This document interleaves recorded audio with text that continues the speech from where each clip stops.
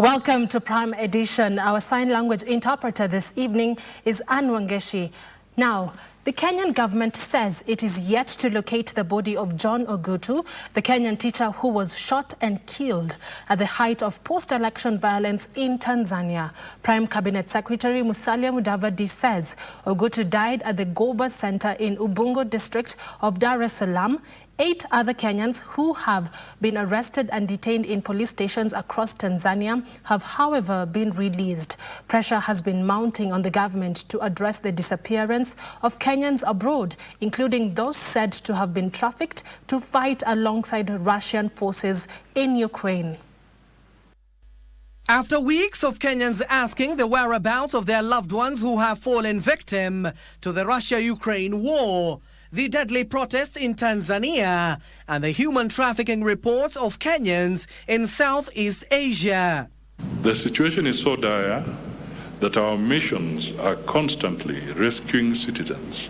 Prime Cabinet Secretary Musalia Mudavadi has now confirmed that a Kenyan died during Tanzania's general election on the 29th of October 2025, with 8 arrested. 8 Kenyans arrested in different police stations across Tanzania have now been released. 3 Kenyans are still being held, 2 in Arusha and 1 in Dar es Salaam police station. A Kenyan by the name John Ogutu was shot dead on 29th October at around 7 p.m. in Goba Centre, Ubungo district in Dar es Salaam. His body has not been traced to date.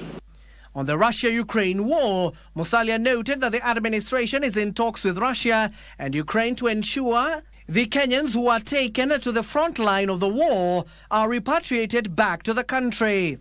It is estimated that recruitment networks are still active in both Kenya and Russia.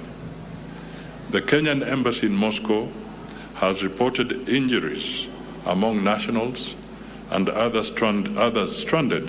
There is no prohibition against a non-national to serve within the Russian military if they do so voluntarily. Musalia says intelligence sources have indicated that victims of the war are reportedly signing contracts with unscrupulous agencies with the promises of a payment of up to $18,000, which is 2.7 million Kenyan shillings, for visas, travel and accommodation. It is our knowledge and our understanding that some Kenyans who are on the front lines serving as part of the Russian military were apprehended and are being held as prisoners of war.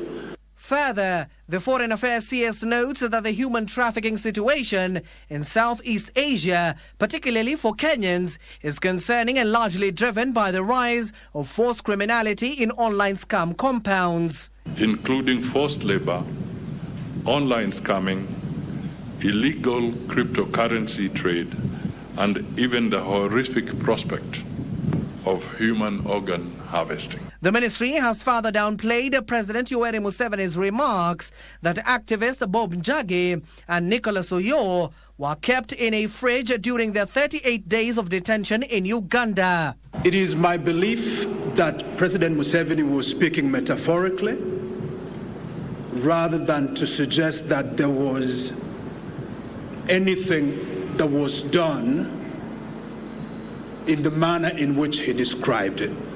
Abdiaziz Hashim for Prime Edition.